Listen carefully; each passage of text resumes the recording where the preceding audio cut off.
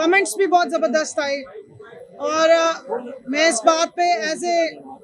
ए applicant या आप कहेंगे पटिशनर, इस बात से मुझे खुशी हुई कि सुप्रीम कोर्ट को हर मामले का इदराक है। जितने फाजिल जजेस बैठे हैं उनको ये बात मालूम है कि अगर सवाल उठाए जाते हैं कि इलेक्शन कमीशन के सामने ये क्यों नहीं रखा। एक मौका आया आप लोगों में से जिसने कवर किया होगा कि इस बात पे बहस हो रही थी कि अगर बल्ले का निशान छीन लिया गया था तब भी पीटीआई के कैंडिडेट्स जाकर इंडिपेंडेंटली बल्ला ही मांग लेते दोबारा। तो उस पर हमारे जैसे जो कैंडिडेट्स हैं जिन्होंने इलेक्शन लड़ा है वो खासे मुस्तरब थे। और मैं यहाँ ये बात ज़रूर बताना चाहती हूँ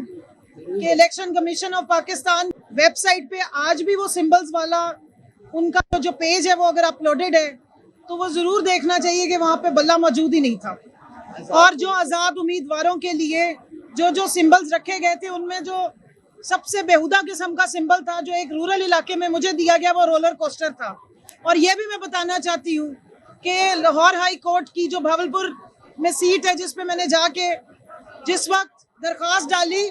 तो आरओ ने मुझे ये कह दिया कि आप क़यामत तक भी अगर ये केस लड़ेंगी तो आपका सिंबल चेंज।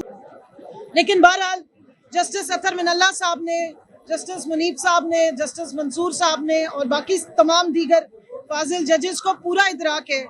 बिलखसूस अतर मिनल्ला साहब ने कमेंट्स किए। पीटीआई के जो कैंडिडेट्स के साथ जो सलूक होता रहा पूरे इलेक्शन में उसका आज एक रीकैप हुआ तो हम थोड़ा सा दिली तौर पे आज दुखी भी हैं। लेकिन ज़रूरत इस बात की है कि इलेक्शन कमीशन के रोल को ज़रूर आइडेंटिफाई करना चाहिए। उसके मुख्तलिफ नोटिफिकेशंस का रिव्यू किया गया है और आगे भी होगा। और मुझे पूरा यकीन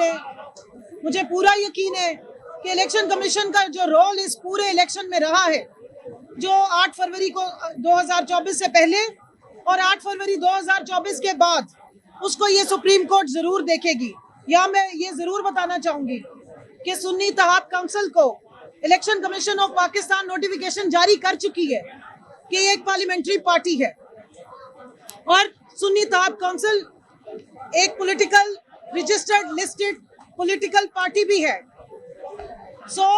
इस पर यह देखना बहुत ज़रूरी है कि तमाम पॉलिटिकल पार्टीज जो कि पार्लियामेंट्री पार्टी भी हैं उनको रिजर्व सीट्स उनकी शेयर के मुताबिक उनकी प्रोपोर्शन ऑफ रिप्रेजेंटेशन और जो सीटें उन्होंने जीती थी जो आइन में लिखा है उसके मुताबिक मिल चुकी थी। लेकिन सुन्नी इत्तेहाद काउंसिल के लेटर लिखने के बावजूद मैटर को पेंडिंग रखा गया और कुछ अरसे के बाद इलेक्शन कमीशन ने जैसे खैरात बांटी जाती है उस तरीके से जो हमारी सीट्स बनती थी, सुन्नी इत्तेहाद काउंसिल की सीट्स बनती थी, यानी कि जो कैंडिडेट्स के ज्वाइनिंग के बाद बनती थी, वो भी रेवड़ियों की तरह अपनी मनपसंद जो उनकी फेवरेट लाडलों की जमातें हैं, पीडीएम की जमातें, उनमें बांट दी। अब इस मैटर क्योंकि सब जुडिस है और मैं भी इसमें पटिशनर हूँ तो मैं ये ज़रूर कहूँगी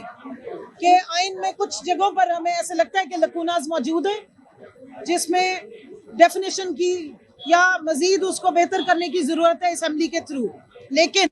जहाँ तक आइन की कस्टोडियनशिप की बात है उसके लिए आइन में मुकम्मल डायरेक्शन मौजूद है। मौजूदा हालात में तो इस वक्त की सिचुएशन है जिसमें सुन्नी इत्तेहाद काउंसिल इलेक्शन कमीशन की नोटिफाइड पार्लियामेंट्री पार्टी भी है और एक लिस्टेड पॉलिटिकल जमात भी है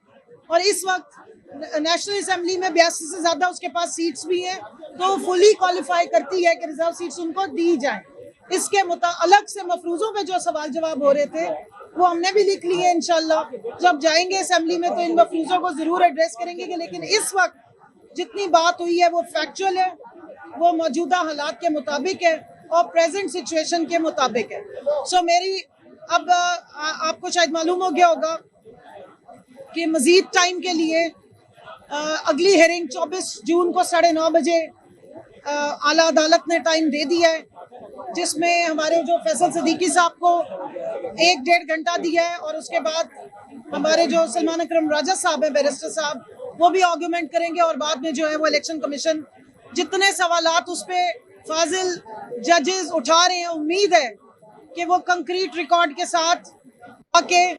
शायद सच बोलने की कोशिश कर। मान लिया, लेकिन थोड़ा सा मशवरा और थोड़ी सी ताकीद इलेक्शन कमीशन को भी दे दे जिन्होंने 3 महीने से हमारा केस काबू किया हुआ है, जिनको एक एक घंटे में वो लोगों के नोटिफिकेशन निकालते हैं और हमारे 3 महीने में भी नहीं निकाले। एक चीज मैं यहाँ बता दूं,